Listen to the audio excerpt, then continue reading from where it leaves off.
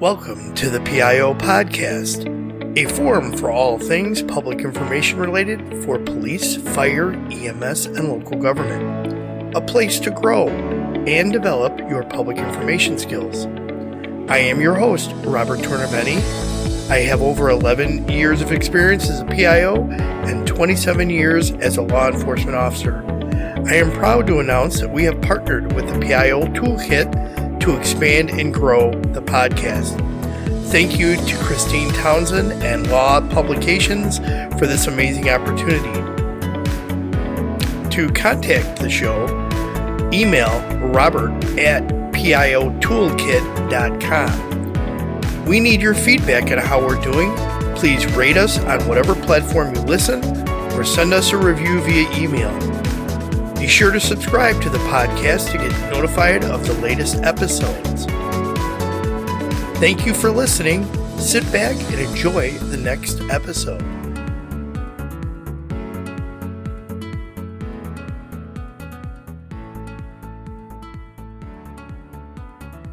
Good afternoon. Today on the PIO podcast, we have Captain Sheila Kelliher, who has made department history by being the very first female public information officer for the Los Angeles County Fire Department. Sheila, welcome to the show. Thank you for having me. It's fun to be here, and I'm excited to be here. I am really excited to have you on. I saw this article in, I think it was Firehouse Magazine, that they did on you, and I was like, I got to get her on because she's talking about historic stuff, but you've done a lot in the department. So first off, I want to say congratulations in the new role. And secondly, how does it feel to be the first female in this very public facing position in your department? Well, I think it's kind of awesome right now because of timing, first and foremost. And there's a couple of things when I first started thinking about questions that you might ask. I was like, the timing is awesome because I've been in the field for 22 years and I've worked at very busy stations, very different regions that all have their unique challenges and skill sets to master and accomplish, from boats to high rise to brush to truck work to paramedic work. So all those experiences I bring with me to the PIO office, then I can speak in a moment's notice about a lot of different things. As far as being the first female, it's funny because today, on June 23rd, 1972, was Title IX was passed. And for your podcast listeners that may not know what that means, it was in addition to 1964 was the Civil Rights Act. You couldn't discriminate sex or race, color, national origin, but sex was not protected. And it wasn't until 1972 when Richard Nixon signed in Title IX, which said that basically you couldn't discriminate against sex based on providing education or sports, is really what it boiled down to for me. So being a product of that, just a few years prior, like I wouldn't have been able to participate in sports like I did my whole life, which I felt like set up the foundation for who I am today and why I was a powerful firefighter. So hats off to Title IX and what that meant, because prior to that, they had less than 1% of money went to college athletes for women. After that, it rose up to over 1,000%, and in the high schools, over 600%. That's so amazing. Yeah, so that just kind of lends itself. Yes, I'm the first female, but it's just a natural progression. And I think the more important thing is all the different areas I've worked and how much time I've spent in the field and my degree in communications that get me ready for this job specifically. Okay, great. And so to understand how big the fire department is there, how many firefighters serve in LA County Fire? Los Angeles County has about 3,129 firefighters, chiefs, badge personnel, and then on top of that, our support team that helps with everything else, from lifeguards to forestry to hazmat to pilots to the administrative staff, is about another 2,000. So we sit a little 5,000 to get first responders where they need to be. And how many square miles is the county for your jurisdiction? So we're about 2,139 square miles, 29 square miles. Okay, so it's a big physical area and it's a big physical department, which is great. But how is your office staffed? We are small but mighty.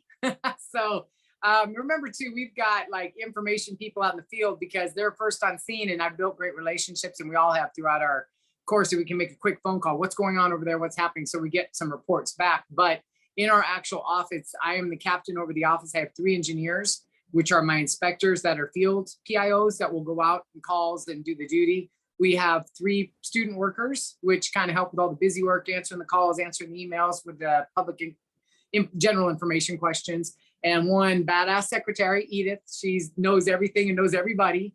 And then we have a battalion chief that kind of oversees our office along with public affairs. So are you guys handling social media as well?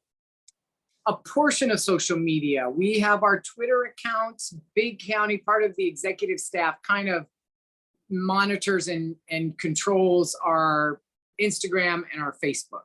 So we're looking at some things in the future that we're going to try to do that's a little more current, and that's kind of just our office that maybe is a little bit more incident driven. But so we've got some cool ideas coming up that we hope to implement soon. And I'm going to talk to you about that because there's a specific question I have for you on tech. But so I'm going to change your gears. You had a lot of firsts in the fire department, including being a founding member of the Women's Fire League. Let's talk about what does this position as the PIO, and you've kind of mentioned it already, mean to you and the inclusivity in the department? Okay, so for those of you who don't know, the Women's Fire League is a really cool thing. And a small group of badge personnel females got together and really said, hey, how can we make this better for all of us on the job? And with a lot of hard work and help from civilian staff as well, because it's a nonprofit. So we had help filing, because we all have full-time jobs in the field, right? And so to pull something like this together, it was a team effort. And one of the people I think that really pushed hard to get this up and running is our president, Sarah Rathbun, who is just recently been promoted to battalion chief. But through the coordination of all that, what this has done is it's an organization that gives us a seat at the table where policies are made about women, concerning women.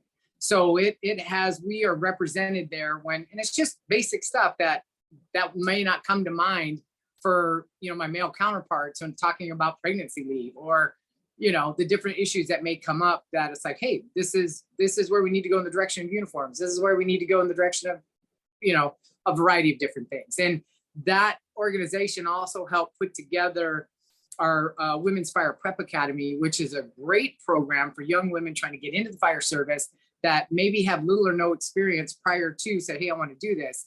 And it's a great way to expose them to what the job is. And then also say, hey, you know what? I love the idea of it, but I'm not ready for what you guys just put me through, and vice versa. Someone's like, I think I'm ready. And they get out there and like, oh, this is it. I'm going to do this. And there's no way you're going to stop me. So it's a really cool thing. And I think all of our goal is quality, not quantity. And I think over time, the numbers will take care of themselves because we're predominantly an incredibly small percentage of the workforce. But programs like this and setting things up, we want people that really fit the job, that really love it, but just want to make sure the young girls and women out there know that it's an avenue that they could pursue. Outstanding. Quick question. This is a completely not on the questions I sent you. How are you guys handling, how's your staffing overall going? Law enforcement's had a really tough time staffing in the last couple of years. How are you guys doing? There's a lot of issues that came about where staffing became short for a lot of departments. Budget issues were a big reason why. And I know our department has worked really hard implementing a bunch of different things, and we have faced staffing issues. And where we fill that in is where I'm supposed to work my normal 10 shifts a month, which is 56 hours a week, but I may have to pull 2 or 3 extra shifts every month. It's challenging sometimes, but it's what we do. They've really pushed hard the last 2 years to hire a bunch of brand new firefighters. So our bottom ranks are pretty full. Now it's just got to accumulate up to the top. So I know right now the captains are feeling the brunt of the recalls, and they're working hard to right that ship. Okay. So in the release, when they talked about your position, you coming into the position, the LA County Fire Department released your information. One of the things that was said in there is that you talked about the PIO on the cutting edge of technology. And I want to talk about that. How does that pertain to informing the community? Yeah, I think we have to just stay right on that edge of what the latest and greatest platform is out there to get information disseminated as fast as possible. There's so many great apps out there now with Pulse Point, Citizen, Twitter, Insta, all those things. But there are some that are geared specifically for safety. So I think there's some cool opportunities we may have coming forward. I can't say much about now, but that we could get involved with them and really just know there's a bunch of different ways to communicate now. And the days of sending emails to everybody is long gone. It's like it's instantaneous, and we have to make sure we keep our technology up for that. Everybody wants to see video and pictures as quick as possible. So we become cameramen in the field, reporters in the field, and it's just making sure we've got what we need to get out. Because what happens is if we don't have the quick technology, they're going to I don't want to say make it up in a bad way, but they're going to fill in the gaps the way they want to. It's like they're going to just create the story they want to create. It's like, well, we haven't heard yet from what's happening. And it's literally 3 minutes into the incident. And it's just all of a sudden speculation starts coming, not on our part, but that's where it's just like, hey, boom, boom, boom, boom, where your network's connected and we get that story out as fast as possible. That is what every agency struggles with, is figuring out the way to get it out the quickest. So I'm glad you're really thinking that way. And I understand you can't speak about what you're going to implement, but we'll come back when it's fully implemented so you can see how well it works. I will. All right. So you've been in this position almost a month. I'm sure our listeners would like to know, was there anything that really surprised you about the position coming into it that you didn't realize? It's anybody that is maybe listening to yours that's been in the field, there's a huge transition from station life to a more administrative driven position. And I'm fortunate because this job is about, split a little bit. Yes, it's administrative, but there's a lot of field work as well. But I think it's just that it's super dynamic and it's super fast paced. I think I expected that, but every day I get 16 different things thrown at me and you're trying to figure out who's who, what the acronym stands for. But 4 weeks, I feel like I'm getting my arms around it. So I think just, the fast-paced nature of it and the diversity of what every day brings. It is a fast pace, especially for you guys in the fire service. Amazing amount of work and the PIOs have to do. Somebody years ago, and actually when I first started this podcast, I interviewed a deputy chief in Indiana, and he was telling me his experience was the way to get good job that John training was to go out and serve in a wildfire crew in one of the wildfire areas. And he said he was out in the LA area and served out there. And he said, you want to learn trial by fire, literally? He says, you'll find it there. Yeah. I think those are our most massive incidents is when we have the big campaign fires. I have been on the other side of it where I've been hiking the hills and I've been on the fires for 2 weeks and sleeping in the dirt. So I know what they're going through. I know how that information is critical and how it changes so quickly. So I haven't had my first big brush fire campaign yet. I had a small one, but not where we've set up the whole command post and the incident command post, but the big information section of it. So I can imagine it's going to be crazy. Yep. I would imagine it would be too. All right. So you have a bachelor's degree in speech communications, and you're in the long game on that. Right. I know. And your entire career seemed to involve community outreach and recruitment and diversity and inclusion. What are your thoughts on those last activities? Were they on the job training for you to become a PIO, to fit in that role? I feel like as I've said yes in my career to a lot, but I've been drawn to the things that I really enjoy. And I really got into this job because I enjoy being physical, and I enjoy being a coach and a mentor, and I enjoy helping people. And naturally, those things all just keep finding me, and I keep saying yes. And so to answer your question, they fit well into the PIO segment because we deal so much with the community. We deal with a diverse group of people, not just badge personnel, but staff and everybody else. And part of our job not only is to get it out to the general public, but also to our internal staff as well. So I think little did I know that it was all leading to this path, but it feels like the shoe fits. Excellent. So as the role of the PIO office and as the way it is right now, are there changes you'd like to see in the future that you can talk about? I think the biggest change is not to get stuck And, I've never been one for, we've always done it that way. I've always been about innovation. I've always been about, hey, let's try something different. Let's look at what works. And I think that should hold true to this office, because like we just said before, the way we communicate as a society is completely different now than the way we did just 20 years ago.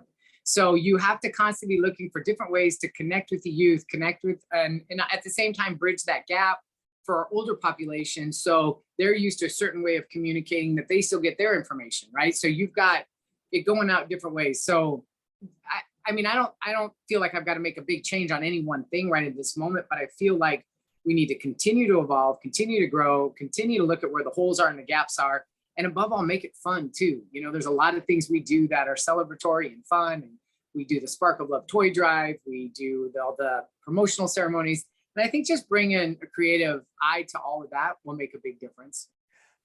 You know what? I think that you summed it up pretty well. Just to keep looking to connect and find ways to move forward. I like that. All right, so I'm going to lighten this up a little bit. We're going to go to some rapid fire questions, have a little bit of fun, and then we'll sum it all up. Okay. There you go. All right. Favorite musician, actor, style? Favorite, what was that? Musician, act, or style? Oh my gosh. I am a music lover and connoisseur, and my playlist ranges from just about everything under the sun. I'm a huge fan of Lyle Lovett's songwriting style to, I grew up on U2 to reggae music. I love U2. Yeah. All right, chocolate or vanilla? Ooh, dark chocolate with salted caramel. Ooh. A must-read book in your mind? Oh, I would say The Power of Now is incredible. And if that's a little too deep, then grab The Four Agreements. I think if you're dealing with personal growth or dealing with other people, both those books will help you dramatically. Excellent. If you could go back in time and talk to your 18-year-old self, what would you tell her? The liquor is under the cabinet. No, I'm kidding. I would tell myself, keep showing up, keep saying yes, and keep trying. Favorite drink of choice? Ooh, a really good tequila, followed second by a really good champagne. Second place. All right. What would be your superpower if you could get one? I've thought about this before. My superpower would be to, what is it called? Shapeshift. Oh. Because I could fly, I could be strong, I could go in the water, I could do it all. I'd be a shapeshifter. Okay. That is a different one. I like that. So what is the biggest takeaway that our listeners could learn from you today? I think the biggest thing you could learn is that there's no, I feel like you're either winning or you're learning. Failures have been my best teacher in my life, and my career has spanned long past the fire service. I've done a bunch before I got into the fire service, from competing in sports and athletics and all that, and at a high level. And whatever I've committed to, I showed up and I had fun with it, and I never let a failure get me down. I stepped right back up to the plate and kept going. And those failures are the ones that have defined me the best. I think that sums it up very well. Thank you. Sheila, how can people best reach out to you if they want to learn more or connect? They can go on our LA County website. They have a PIO tab and hit that. Or you can, I don't know if you're putting my name up, but it's sheila.kelliher@fire.lacounty.org or .gov. But that's easy to find. So you can hit me up there, just call our PIO office, and they will get me all my messages. And I will add your email address in the show notes in case anybody wants to connect. Yeah. Sheila, thank you very much for coming on the show. I really appreciate it. It's been a pleasure meeting you, and I appreciate it. Thank you. And that is Captain Sheila Kelliher from the LA County Fire Department. We hope you enjoyed this episode. Be sure to subscribe to the podcast to get notified of the latest episode. If you are listening on a platform that allows reviews, please give us a review. We appreciate any review, good or bad. It helps us improve on each episode. Until next time, be safe.